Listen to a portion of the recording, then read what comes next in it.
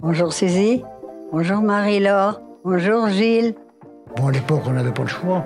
On vit dans un monde, faut voir. On peut pas tout dire, hein. C'est comme ça. C'est la vie. Parce que pour comprendre le monde qui nous entoure, il faut comprendre le monde duquel on vient. Vous entendrez ici des portraits qui retracent la vie de nos aînés. Je suis Capucine Jacob et vous écoutez Entre-temps, un trait d'union entre hier et aujourd'hui, un espace de parole où le passé est raconté par ceux qui l'ont vécu, et vous allez voir, c'est passionnant. Est-ce que vous croyez que le monde va mieux? Je ne sais pas. Vous m'en demandez trop. Le portrait que je vous propose aujourd'hui est celui d'Henri. Quand je le rencontre pour la première fois, il porte une salopette en jean, une chemisette jaune et un bob rouge. Il possède surtout un air taquin qui me plaît bien, mais ce que je ne savais pas, c'est qu'Henri sait raconter les histoires comme personne. Il se rappelle de sa jeunesse dans une cité ouvrière de Lyon, mais aussi de la guerre à travers des souvenirs marquants. Je vous laisse plonger dans le passé de cet homme aussi amusant que fascinant et prendre au passage une bonne leçon de vie. Bonne écoute!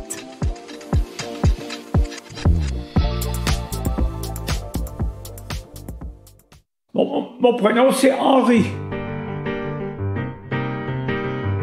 Alors, je suis né à Lyon, dans le 2e arrondissement. Ma date de naissance, 13 mai 1932.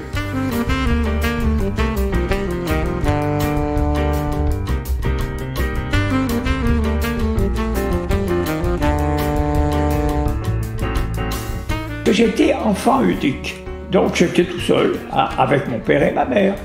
Tout le monde était cheminot dans ma famille.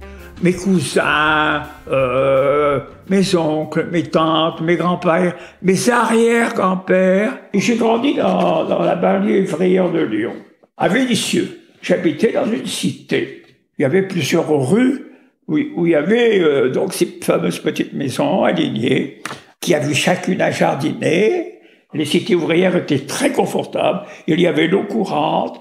Il y avait de l'eau pour faire la lessive, il y avait le gaz, l'électricité, il y avait une salle des fêtes, il y avait un stade, un petit stade, un jeu de boules. C'était coquet, parce qu'il y avait des fleurs, il y avait un monsieur qui s'occupait des abords. La plupart des gens étaient des gens qui travaillaient au chemin de fer, donc qui travaillaient la nuit. Bon, dans la journée, on pouvait jouer, mais fallait pas faire trop de bruit. On avait une bonne éducation. Hein. C'était pas un quartier de voyous. Dans une cité ouvrière, les gens se comportaient bien. Hein. Ouais. Il y avait qu'un ménage qui était particulier. Ils avaient un singe. Ils avaient un petit singe comme ça, qui était très drôle. Il était tenu en laisse. Il fallait pas qu'il gêne le voisinage. Cette cité était très vivante. Il y avait toujours du monde. Les gens qui partaient au travail ou qui en revenaient. Donc c'était très bien. Quand j'étais petit, j'allais à l'école. Et à l'école maternelle, je faisais différentes choses. Hein. J'aimais bien dessiner, j'aimais bien le dessin. J'avais une petite amie qui avait mon âge. Son prénom était Carmen.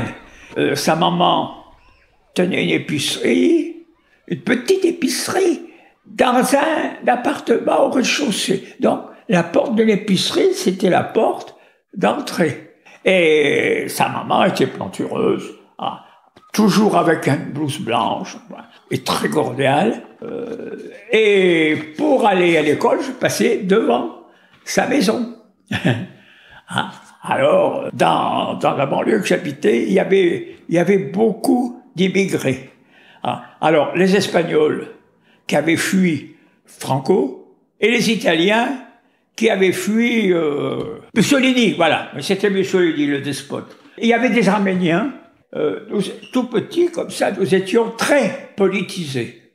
D'ailleurs, je me souviens que dans la cour, ceux qui étaient un tout petit peu plus grands que nous, hein, ils avaient moins de 6 ans. Ils s'organisaient des meetings en chantant « Les soviets partout, les soviets partout ». Tous ces petits bonhommes comme ça. On savait pas quoi qu'on faisait, mais c'était comme ça. Les instituteurs et les institutrices ne disaient rien. Hein. Ils étaient motivés. Hein. Ah oui. Ah oui. Ah ben oui, mais il faut dire que c'était dur. Hein. C'était très très très dur. Surtout pour ces gens-là qui avaient quitté leur pays, qui avaient... Oui.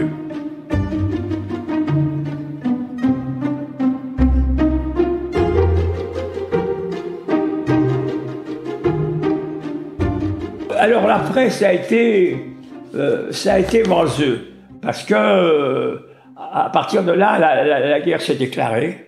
Je peux vous raconter le premier bombardement que j'ai connu.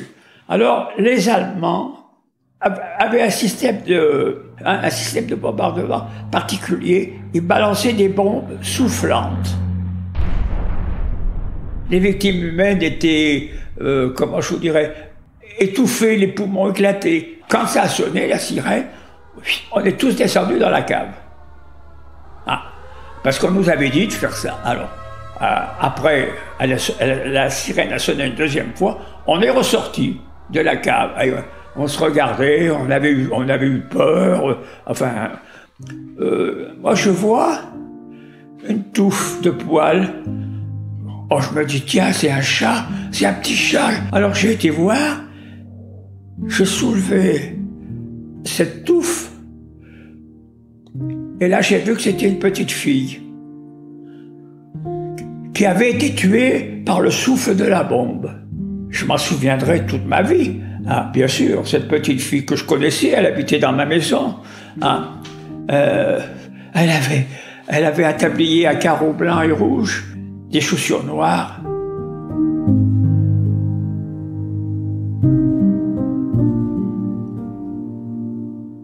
Oui, mais vous savez, c'est pas des souvenirs que j'aime remuer, hein, pas du tout. On peut pas imaginer ce que c'est. On peut pas imaginer ce que c'est. Un bombardement. Ah, par les super forteresses américaines, par exemple. On peut pas savoir. Ah.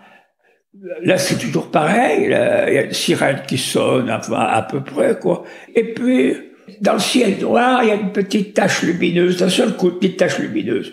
Ah. Et dans cette tache lumineuse, on voit les avions. Mais ils sont minuscules parce que c'est très haut. On voit les avions. Et puis, alors on sait que les bombes vont tomber. D'un seul coup, vont tomber les bombes. Alors elles tombent dans n'importe quel sens. Et puis petit à petit, hop, elles se mettent tous dans le même ordre. Et elles arrivent sur la Terre. Et là, c'est la détonation. Ah, ça fait un bruit énorme. Un bruit énorme. Ah oui, il s'est passé des choses dures. Vous voyez des pleines camionnettes de cadavres, mais c'était des Allemands. Parce qu'il y avait un centre d'entraînement de l'aviation allemande. Alors, ils sautaient, le parachute s'ouvrait pas, ils arrivaient, ils s'écrasaient, hop, on récupérait leur uniforme et ils se retrouvaient dans un camion. Et c'est pour ça que j'ai vu des camions pleins de cadavres. Ah, mais ils traitaient bien personne, hein. On faisait pas de détails, hein. Eux, ils ne faisaient pas de détails, hein. Il n'y avait pas de préférence, hein. C'est des souvenirs qu'on ne peut pas oublier. Vous imaginez ça? C'est inimaginable. On ne peut pas l'inventer si on l'a pas vécu, si on n'a pas été blessé à mort par une chose pareille. C'est pour ça que ça sert à rien de le raconter, parce que personne ne peut se mettre dans la situation.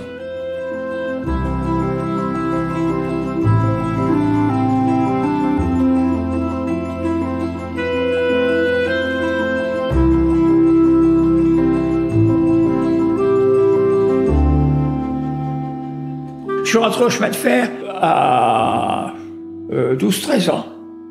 J'ai passé mes premiers examens, le CAP, tout ça, et puis j'ai continué.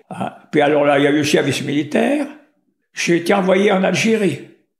Alors, en Algérie, je suis resté assez longtemps sur un piton, c'est-à-dire une espèce de montagne pierreuse. On était 4. Et notre travail était très important pour nos collègues qui, surtout la nuit, faisaient des patrouilles dans la forêt autour. On était le réseau d'appel d'urgence. Alors, quand on recevait l'appel d'une patrouille qui étaient aux prises avec des félagas qui les attaquaient, a pu rentrer en contact avec nous. Et nous, on avait des consignes. On avertissait le PC, on devait aussi informer des hélicoptères de combat, hein, on les avertissait, commençait à les faire tourner, enfin bref, ça a été long, ça a été pénible, ça a été fatigant. Faut dire qu'on était fatigués, on était plutôt usés, hein. Oh oui, à tout point de vue, hein. Même notre matériel était à bout de course. Ils ont tout remplacé. Ce sont de nouveaux soldats français qui sont venus nous remplacer. Nous, on est partis.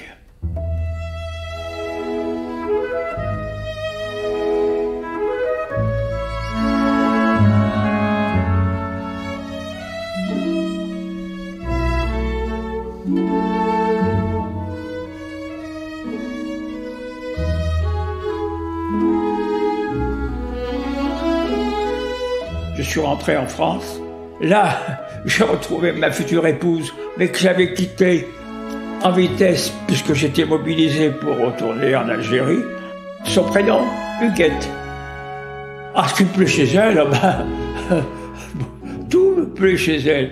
On voulait se retrouver et vivre ensemble. On s'est mariés, et alors on avait un appartement, un très bel appartement. On s'est installé, et puis là, ce que l'on voulait, c'est avoir des enfants, parce qu'on était enfants uniques tous les deux.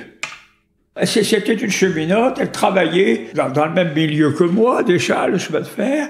Elle travaillait au même endroit que moi, mais elle était dans des bureaux. Elle vient me trouver, elle me dit, dis donc, oui, il m'a semblé que j'étais enceinte, hein, j'ai été voir le médecin d'établissement, hein, qui m'a dit, effectivement, madame, vous êtes enceinte. Alors elle a dit, j'ai immédiatement été au bureau, j'ai démissionné, et je vais élever mes enfants, je vais mettre mes enfants au monde, je vais les élever, comme ça, ben, j'ai dit, c'est très bien.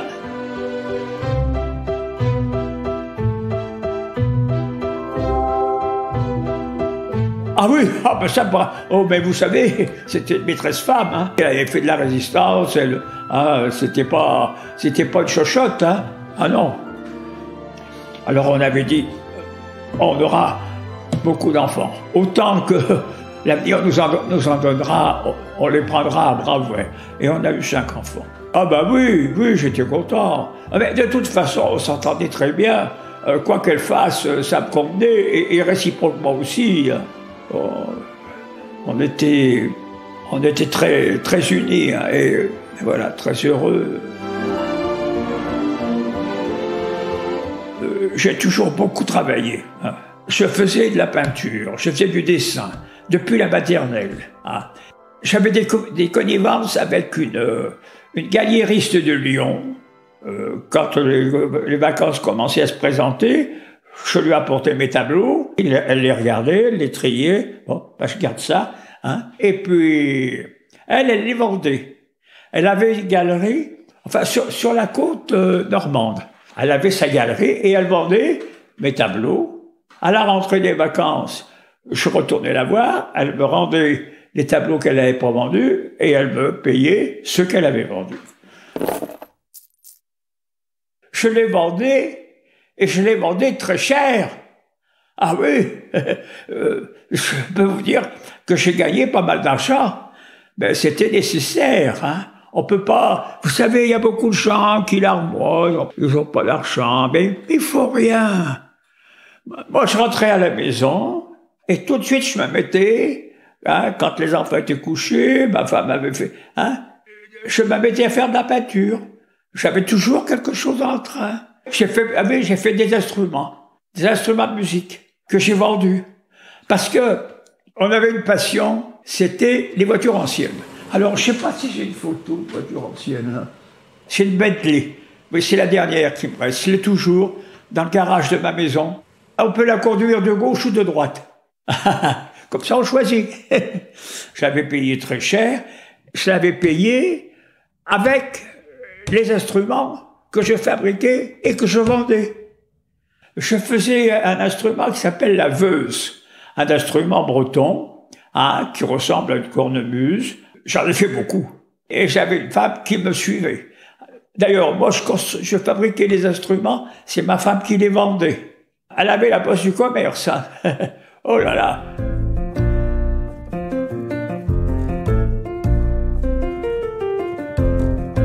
Pour avoir de l'argent, il n'y a qu'un seul moyen.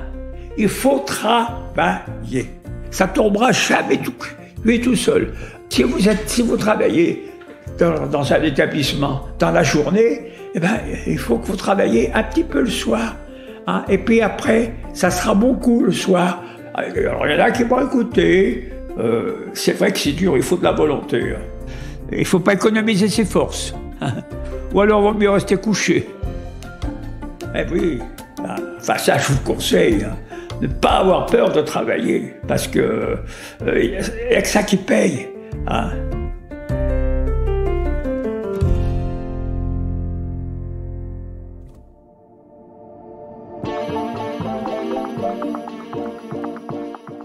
Cet épisode est maintenant terminé et vous l'aurez compris, on va se remettre à travailler.